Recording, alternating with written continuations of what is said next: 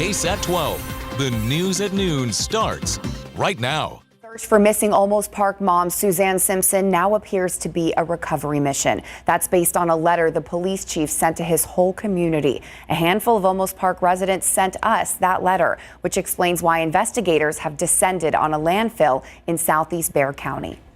Well, in a statement released to the city residents by Olmos Park Police Chief Vidal Villegas, officials said evidence, statements, and further police investigation led officers to that landfill. And in that statement, Olmos Park PD said in part, quote, "We feel confident there is a good chance of recovering Suzanne at that location," end quote. Our Katrina Weber is live where day 2 of the landfill search has begun. And Katrina, we know you've been there for hours now. Are there any updates this morning? Well, we have not had any briefing officially from police at this point, but we definitely have seen some physical changes. Let me point your attention to what's going on that hill behind us. Now, that's the area that yesterday, 24 hours ago, it was just mapped out as sort of a grid. There was yellow tape around that square area, but you can see things have changed considerably in the last 24 hours. We have people on that hill. They have been using that excavator that you see there to dig out what looks like trash that was buried in that area, and they're loading it onto the back of that dump truck. The dump truck then going up the hill where it is dumping out the contents, and the people, like that person you see in the white with the orange shoes, they're sorting through the trash at the top of the hill. This has been going on all morning long. Now, the chief, in his letter that he sent to the community, also took time to thank all of the law enforcement officers that have been out here. Those people in the white and orange, according to a post on social media from the police chief of San Antonio, William McManus, he says that those are all cadets with the SAPD, with the police department from San Antonio. But of course, this operation has been under the direction of the Olmos Park Police, because that is where this case originated. Of course, 51-year-old Suzanne Clark Simpson has been missing since Sunday of last week. According to police, there was a violent argument that turned into a fight involving her 53-year-old husband, Brad Simpson. He is now in jail. He's been there since last week. He's charged with charges that are related to family violence, nothing to do with her disappearance. But this search is going on. It's been here since yesterday morning. They've been looking in this landfill. We were told for evidence, but now, according to that letter that has been sent out to residents, it looks like they may be in fact looking for Suzanne Simpson herself. So again, this now turning from a search to what sounds very much like a recovery mission. Reporting live in southeast Bexar County, Katrina Weber, KSAT 12 News. All right, thank you, Katrina.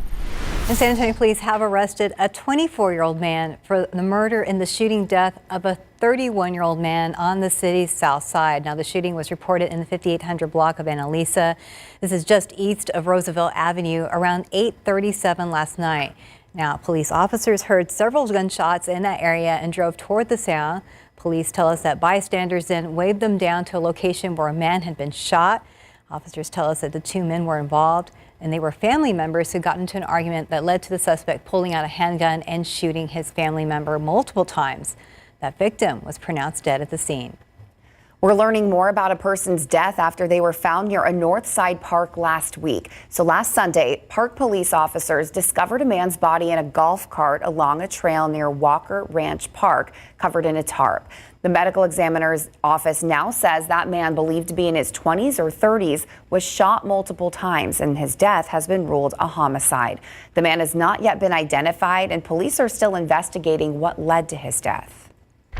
Look out there with a live cam. The temperature's climbing to 88 degrees. I liked what you said earlier this morning, Sarah. You were talking about enjoy the 90s while we still have them. Yeah, if you're somebody who likes the heat, good for you. Enjoy them while you can, because less than 24 hours from now, we are going to be dealing with much cooler air around San Antonio. Actually feeling like fall when it should feel like fall, but right now we are stuck in a rut with the high temperature and heat's showing 88 degrees in San Antonio, 91 in New Braunfels, 88 in Del Rio, and 90 in Cotulla. We are expected to hit a record today. A record is likely. The forecast high this afternoon is 97.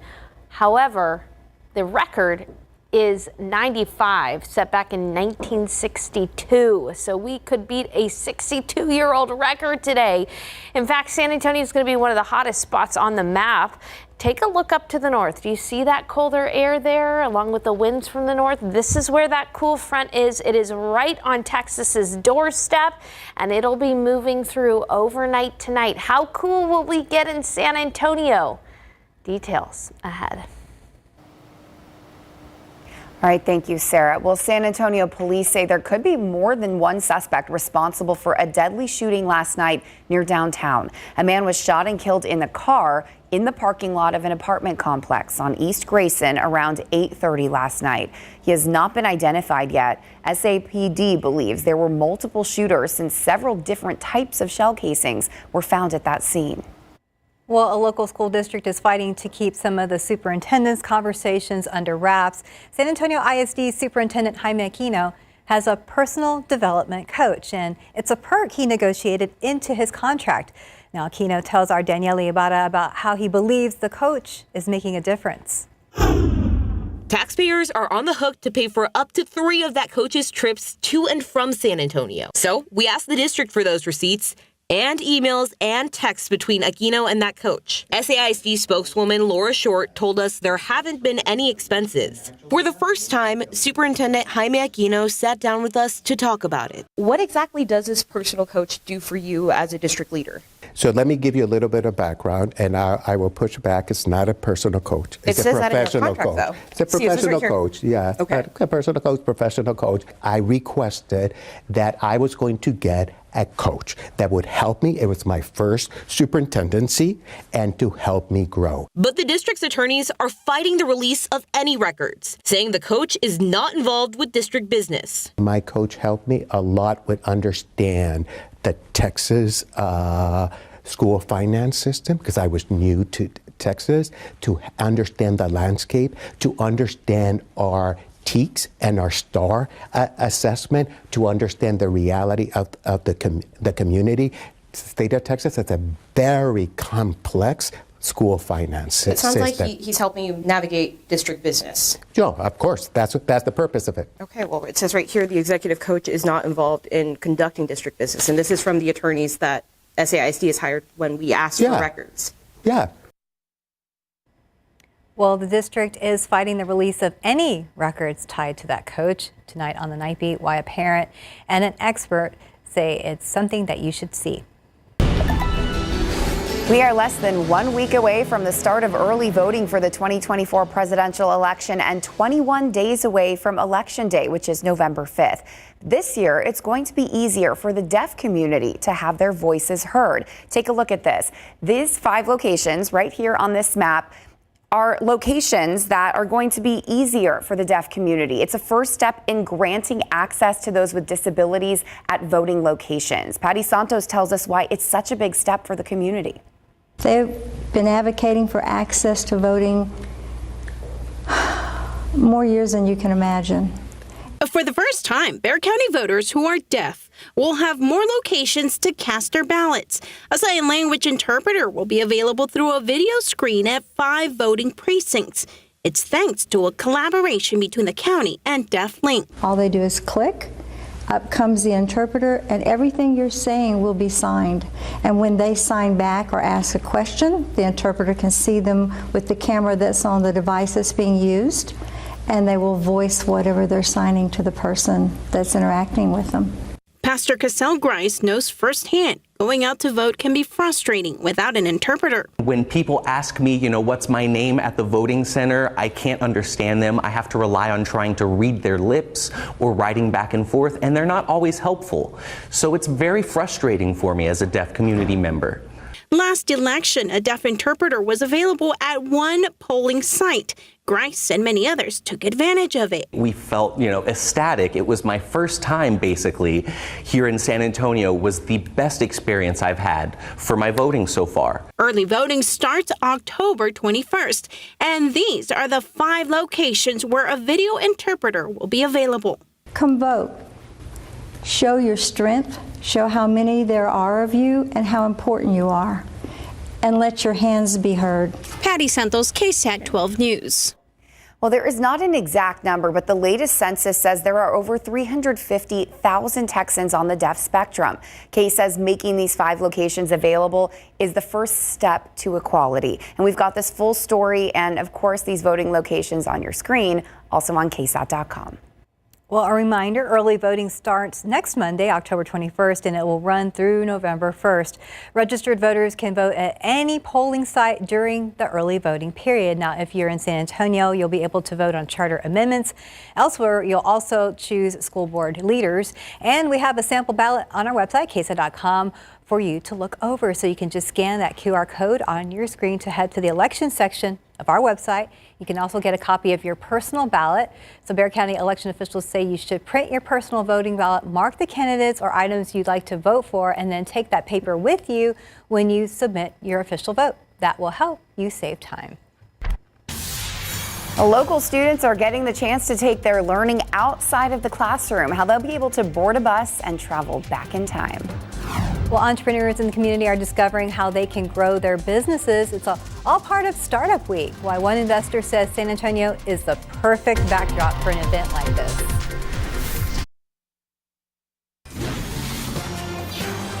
New at noon, as San Antonio continues to grow, more venture capitalists are looking to invest in San Antonio startups. It's also San Antonio Startup Week, where entrepreneurs can connect with resources, investors, and city partners to learn how their business can survive in the Alamo City. Our Devin Karp spoke with one investor about why she thinks San Antonio could be a future for her startup powerhouse. So I know in a couple of years, everyone's going to be talking about San Antonio. I want to say I was here first. Investor Arlen Hamilton grew up here in Texas and says struggling with food and housing insecurity as a child inspired her to start thinking bigger about startups. If you're chasing money, this is not the right place for you. It is a long game, but it can be so rewarding. And it's not just about the reward at the end of the journey, it's about the entire process. Now she's in San Antonio with 2,000 other investors and entrepreneurs to share her wisdom with San Antonio Startup Week. It basically gives anybody an introduction into the San Antonio entrepreneurial ecosystem and gives them a crash course in how to get connected to it. Geekdom says it's seen growth for startups in our area, with major investments going into companies in the healthcare, housing, financial tech, and cybersecurity industries. It is this word collaboration. You're seeing all sorts of different resources popping up that can help these founders and the startups and the entrepreneurs at any stage that they're at. For Hamilton, investing in San Antonio is important. She prioritizes funding diverse startups from women, people of color, and the LGBTQ+ community. We've just been overlooked for so long. So there's an equal amount of value. It should have its place, it should have its resources and its showcase. She has faith in the economic conditions in town and says this is just the start of something big. I'm always interested in cities that are under the radar and aren't the first place you think of when you think of tech innovation, because with the right resources and the right time and care, they become juggernauts. Devin Karp, KSAT 12 News. Well, there's a new app for making history come alive for students right here in San Antonio. The Battle of Flowers organization announced a $50,000 program supporting Texas history adventure field trips. Well, with this investment, the SAISD Foundation will be sending a total of 1,185 seventh graders across 9 SAISD middle schools and academies to experience the Bullock Museum. Now, many of the students will also have the opportunity during their trip to tour the Texas Capitol and/or the University of Texas at Austin campus. And the field trips are already starting, so this Thursday, Harris Middle School students will take their trip to Austin. Heading outside with a look at live cam, 88 degrees out there. Looks like it's going to be nice and toasty. Sarah, we've been talking about slight rain chances. I really hope we get them, even if they're small. We need it. Yeah, I mean, it would be nice to get a little bit of a shower. Unfortunately, no major important rain is on the horizon. And the aquifer, as Courtney was mentioning, we need it. Take a look at the aquifer. Down more than a foot in the past 24 hours, almost a whole foot and a half. In the pollen count today, we've got molds low, ragweed low, and pigweed low. However, with the passage of the front overnight, it will be interesting to see if any allergens kick up. Temperatures drop overnight. I'll tell you when you can expect that cool front. We'll see gusty winds up to 30 miles per hour. And as I just mentioned, no good rain expected for us, but there's a small chance. Details ahead.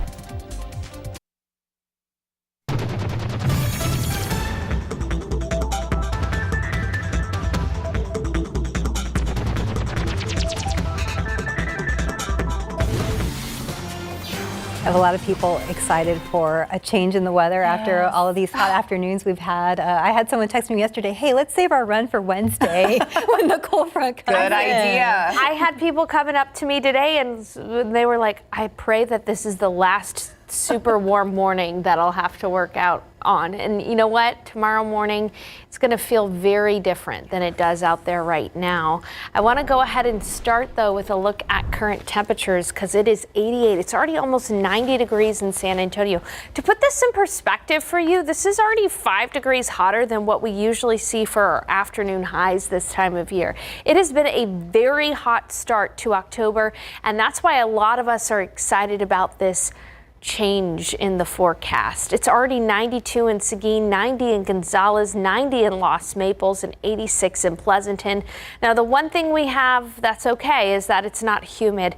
Dew points are in the 40s, which is pretty dry. They're not quite in chapstick territory. Once you get dew points in the 30s, that's when you need a little extra chapstick.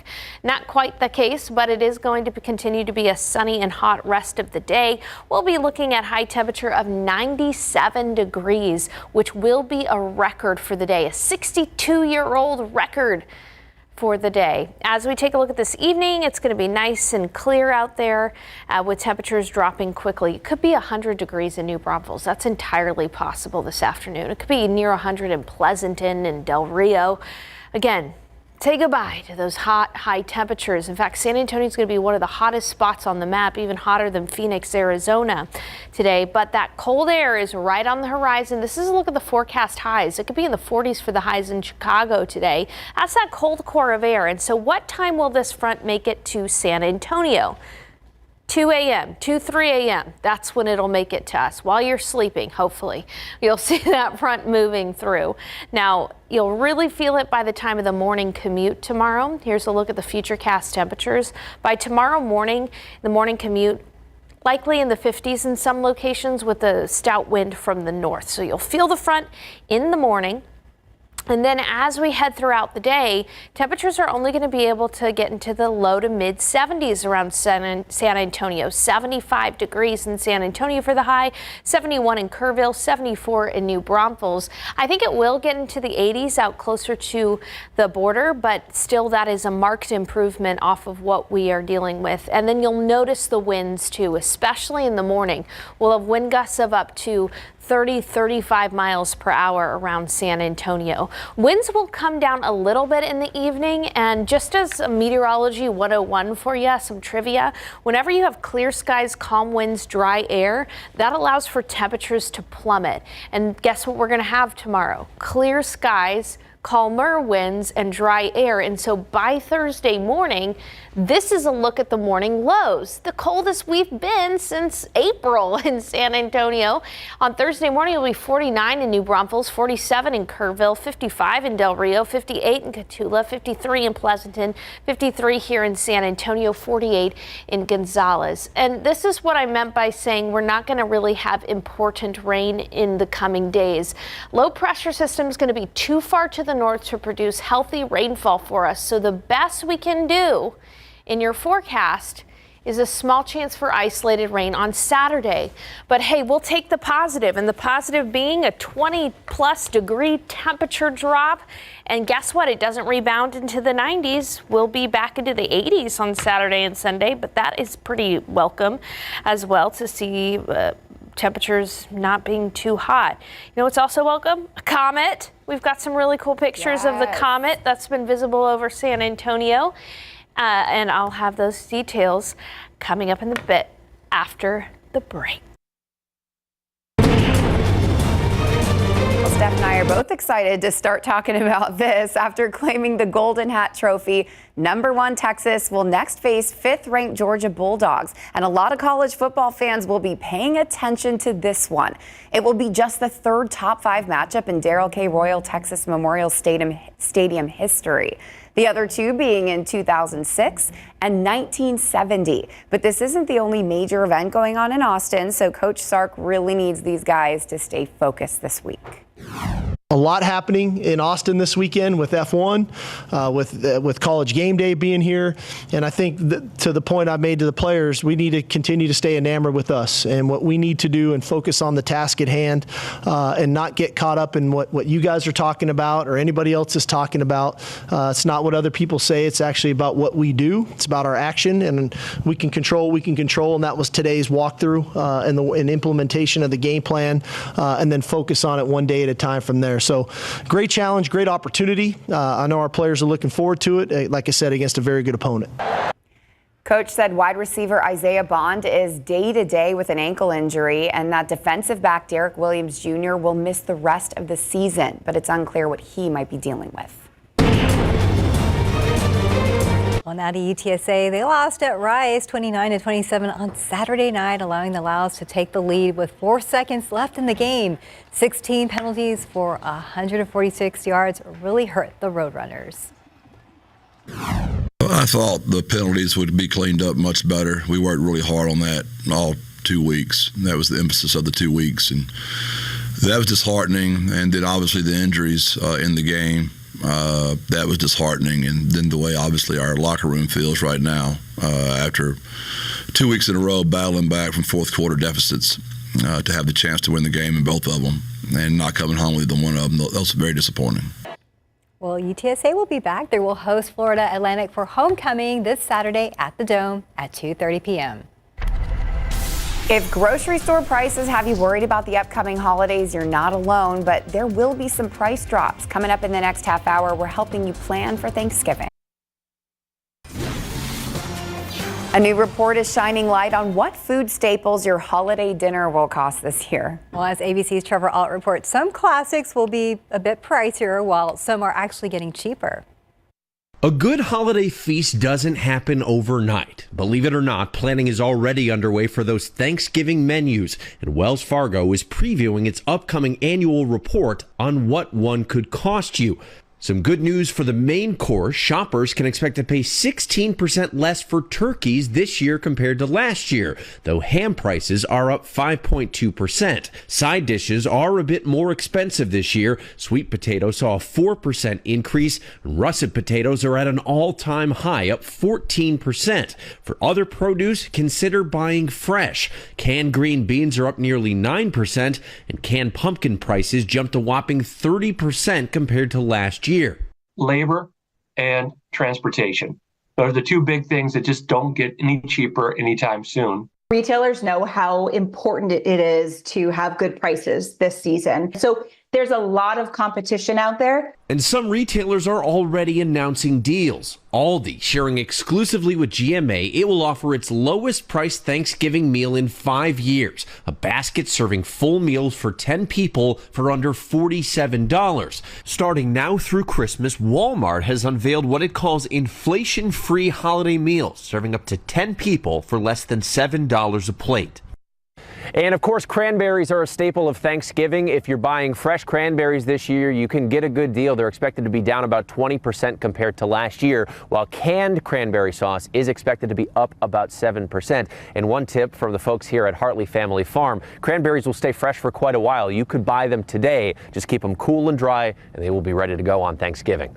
Trevor Alt, ABC News, Rochester, Massachusetts. Oh, Trevor. That's a fall picture right there. Yeah, that's true. It doesn't feel like fall here. Not yet. But wait, less than 12 hours before we get cool fall air in San Antonio. Yep, it's happening soon, and it can't happen any sooner. It is already almost 90 degrees in San Antonio, 89 in Converse, 92 in Seguin. It's 88 in Sabinal. We're running way above where we usually are this time of year. We're going to be looking at high temperature climbing to 97, which will be a 62-year-old record for the day.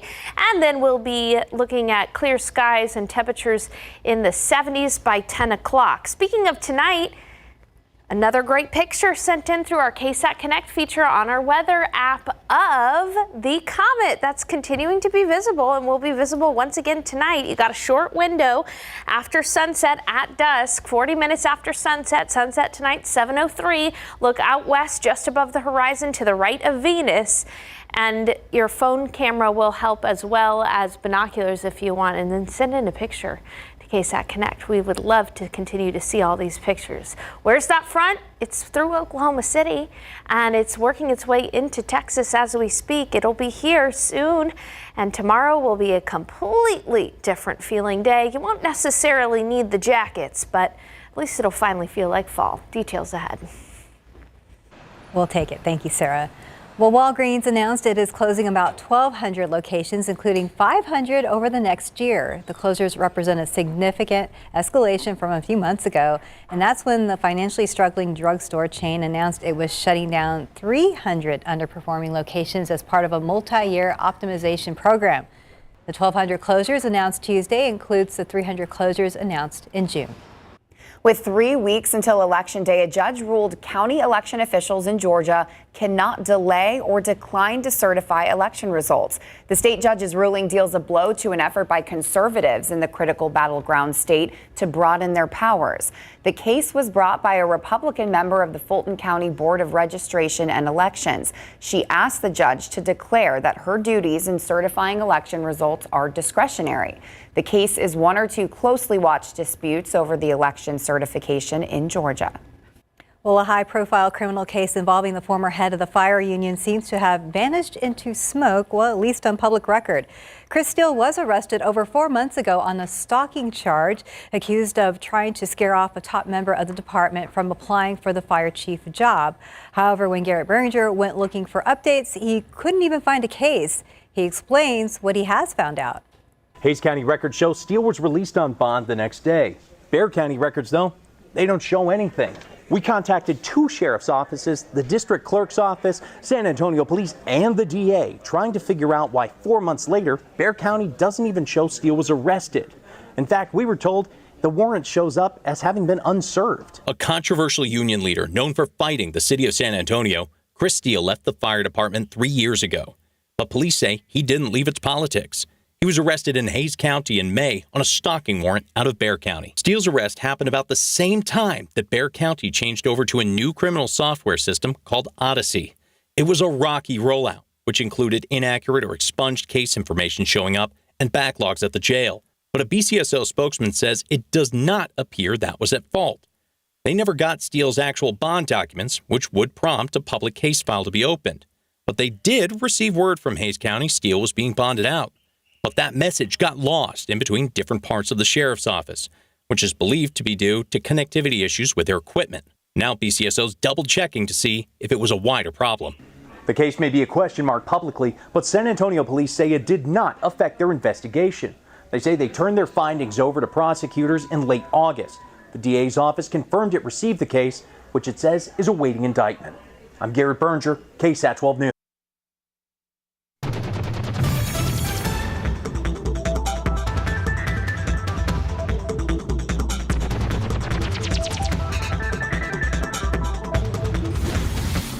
Well, FEMA is resuming operations in North Carolina after briefly pausing them due to threats. Disaster survivor assistant teams working again in the field and housing inspectors are resuming scheduled inspections to try and ensure people get the help they need. Well, FEMA officials have been on the ground after Hurricane Helene and Hurricane Milton hit less than a week apart. Thankfully, the region is starting to see signs of hope. In Asheville, North Carolina, water services have returned to parts of the city more than 2 weeks after the hurricane knocked out essential services. Nearly 100 people were killed across the state. And winter is still a couple months away, but climate experts are already predicting it'll feel a lot different than last winter. That's because La Niña is expected to dominate the season this year. The climate pattern is marked by cooler than average ocean temperatures. That could bring more precipitation than normal in some parts of the country. But more precipitation doesn't guarantee there will be more snow. The season is expected to be warmer than normal across the southern half of the U.S. and much of the east. Yeah, and that's talking about averages over the entirety of the winter. And so on average, the entire winter is expected to be warmer and drier than average with an influence from La Niña. But remember, all it takes is one strong cold front for us to think, oh, that was a cold winter. So we'll keep you posted. As far as the pollen count goes, molds are low, ragweed is low, and pigweed is low. Good news there, but we could see the pollen tick back up depending on the winds tomorrow. The aquifer is down about more than a foot, almost 1.5 feet in the last 24 hours. And the winds will pick up tomorrow because of a cool front. By Thursday morning, we'll be waking up with some of our coolest weather since April. Details on that fast approaching cold front coming up. Okay, so we know that cold front's coming in. We were just talking about winter, which seems hilarious. I know, because it's been near record temperatures. We saw a record yesterday. We're going to see a record today. But as I've been saying, the Earth will continue to revolve around the sun. Yes. So eventually the seasons will change. Yes. And that cooler air will be in tomorrow for us. It's not going to be jacket weather all day, but we are going to be looking at some nice and cooler weather moving in. Today the forecast high is 97, and then tomorrow in the morning we'll wake up near 60, high temperature of only 75. That is more than a 20-degree drop. By Thursday morning, even colder, and we'll likely struggle to get out of the 70s on Thursday afternoon as well. And here's the thing, I don't see any 90s in our forecast anytime soon. That is good news in my book. I know some people love the heat, but I'm a fan of the fall weather when it's supposed to feel like fall. All right, so when is that front going to move through? This is a look at the futurecast temperatures at 2 o'clock tomorrow morning. So hopefully while you're sleeping, that front will be moving through the hill country. It's going to move through San Antonio before the morning commute. By the time of the morning commute, this is 8:30, 8:45 tomorrow morning, most of us will have seen the front move through. It'll be near 60 degrees in San Antonio, even in the 50s in some places. And then for the afternoon high tomorrow for across south central Texas, 75 in San Antonio, 75 in New Braunfels, 71 in Kerrville. It will probably still be near 80 degrees in Del Rio and Eagle Pass, but still that is a welcome change compared to what they're dealing with today, which is temperatures close to 100. What about winds? This is going to be a factor. I think it'll probably kick up some allergies, kick up some dust, that kind of thing. We'll see wind gusts in the morning right around 30, 35 miles per hour in the mid-morning hours. And that will be from the northeast at about, again, 30, 35 mile per hour wind gusts. The winds will calm somewhat in the evening hours, and that means that our temperatures will fall pretty quickly. So by Thursday morning, that's when we're going to be dealing with some of the coldest air we've seen since April. 53 in San Antonio, 47 in Kerrville, 49 in New Braunfels, in the mid-50s across Del Rio, closer to the border. And as we zoom in, I want to show you some of these neighborhood morning lows. I think Bernie's going to get down to 48, 48 in Bandera. This is jacket weather.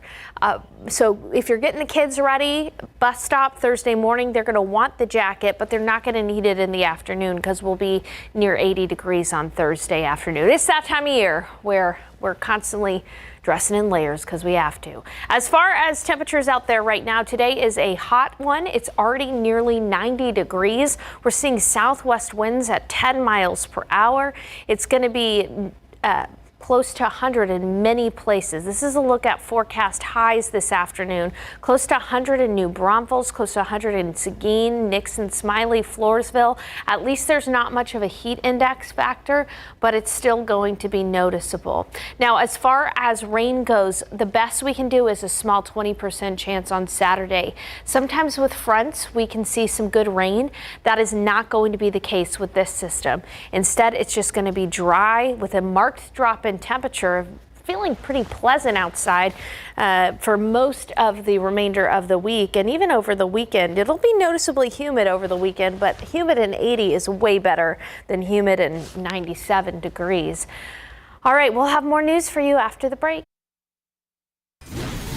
Well, this sounds amazing. Italian pasta without the carb guilt. Yes, please. SA Live's Fiona Gorostiza teams up with Chef Bronda Smith from Lucy Cooper's Texas Ice House to share a healthy recipe you can make in 6 minutes. Check it out.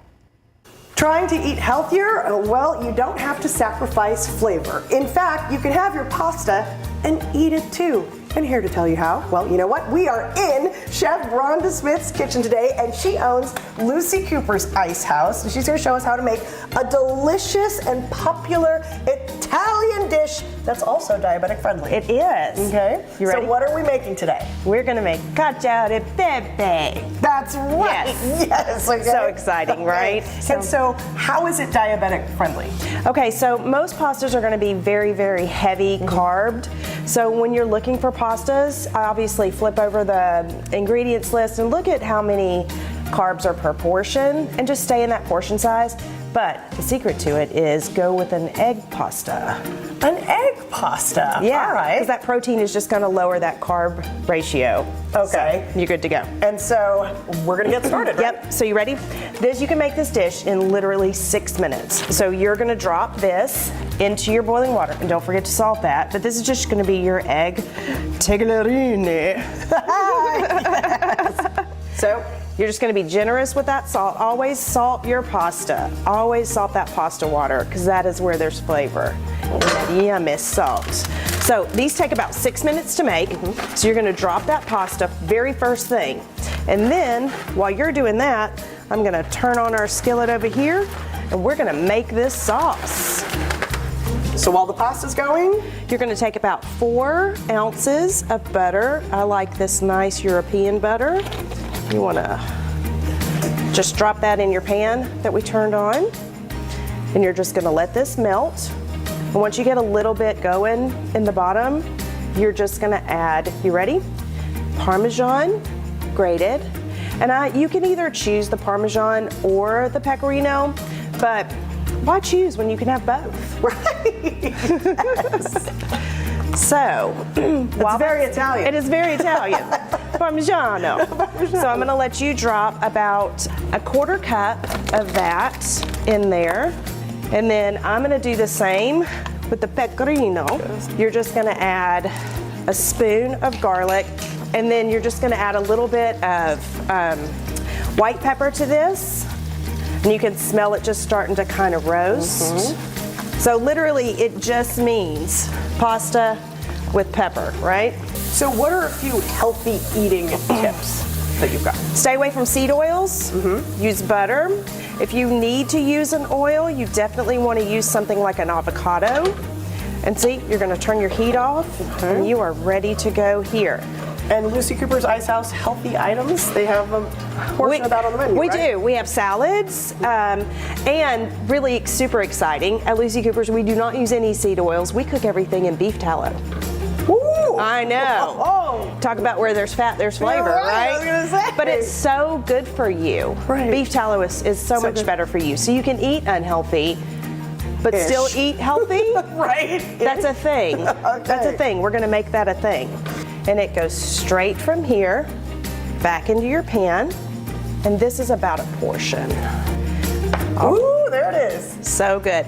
So this is when we finish it off, and this is where you get that that white pepper kind of pop, because it definitely has its own pop, and that's just my personal preference. But then you're just going to take a little ground black, right? Finish it off with a little pretty, because everything needs a little pretty. Look at that. My goodness. Now, to take and make this just a little bit better, you can always add a piece of grilled chicken or a piece of, just flat iron steak or just whatever you have in the kitchen. Heck, if you have a can of chicken, add a can of chicken. That's how versatile it is. That's how versatile it is. Literally goes with everything. Love it. Thank you so much. Well, you can find this recipe on our website, salive.com. All you have to do is scan the QR code. And for more information on Kinsaba Medical Group, just call 210-960-8956 or visit the website, kinsaba.com.